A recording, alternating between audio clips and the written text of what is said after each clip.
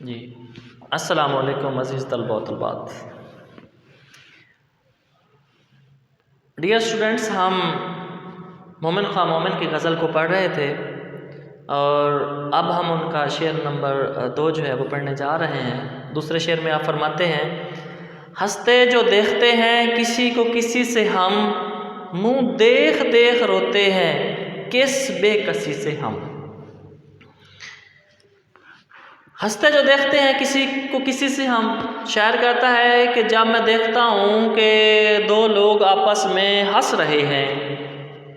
جب بھی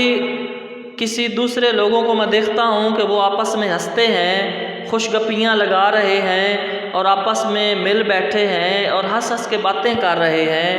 تو پھر میں ان کو دیکھتا ہوں، ان کے منہ دیکھ دیکھ روتے ہیں. میں ان کو ہنستے ہوئے چہروں کو دیکھ کر میں پھر اپنی بے کسی پہ روتا ہوں، اپنی لاچاری پہ، اپنی مجبوری پہ روتا ہوں. اور جب وہ ہنستے ہیں،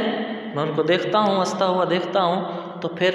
میں اپنی مجبوری اور لاچاری کو دیکھ کر روتا ہوں کہ میں کتنا مجبور ہوں، بے بس ہوں کہ میں کیوں نہیں ہنستا. مجھے جو ہے نا میرا محبوب مجھے کیوں میسر نہیں ہے. کاش میرا محبوب یہاں ہوتا، میرے پاس بیٹھتا اور میں اور وہ پھر ہنس ہنس کے باتیں کرتے، ہنس ہنس کے بات کرتا تھا، دل کے خیمے میں رات کرتا تھا. اور مسکراتے ہوئے اسے دیکھا، باور آیا کہ زندگی کیا ہے. اور اب جو ہے، اب چونکہ میں مجبور ہوں، بے کس ہوں، میرے پاس میرا محبوب نہیں ہے، میرے پاس میرا دوست نہیں ہے،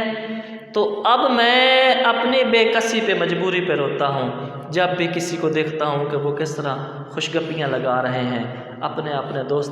دوستوں کے ساتھ بیٹھے ہیں، اور میں ہوں کہ میرا دوست مجھے جو ہے میسر نہیں ہے. اور کہ غزل ہے کہ میری داستان حسرت وہ سنا سنا کے روئے، میری داستان حسرت وہ سنا سنا کے روئے،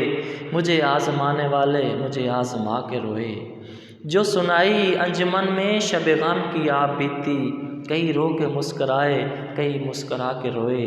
اور کوئی تو ایسا اہل دل ہو جو فسانہ محبت، میں اسے سنا کے روں وہ مجھے سنا کے روئے. اور وہ فرماتے ہیں کہ تیری، اے محبوب کہتے ہیں کہ تیری بے وفائیوں پر، تیری کاجدائیوں پر کبھی منہ چھپا کے روئے، کبھی سر جھکا کے روئے. اور کہیں سیف راستے میں وہ ملیں تو ان سے کہنا میں اداس ہوں اکیلا میرے پاس آ کے روئے. اور شاعر کی کیفیت یہ ہے کہ اپنے دوست اس کا ناراض ہے اور دوست اس کے پاس نہیں ہے، اور دوست کی عدم موجودگی. اب دیکھیں،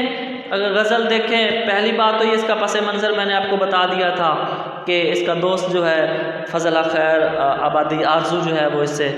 آپس میں ایک دوسرے سے ناراض ہو گئے، کسی وجہ سے ناراضگی ہوگی، اور پھر ناراض ہو کے یہ اب جو ہے ایک دوسرے کے دور ہیں. ایک وجہ تو یہ ہے.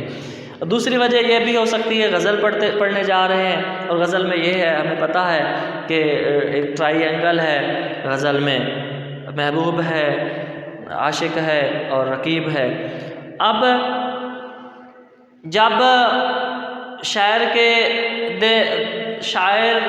پہ جب اس کا محبوب مہربان تھا، مہربانی کیا کرتا تھا، آپس میں خوش گپیاں لگاتے تھے، بیٹھا کرتے تھے، اب جدائی ہے، اب محبوب پاس نہیں ہے،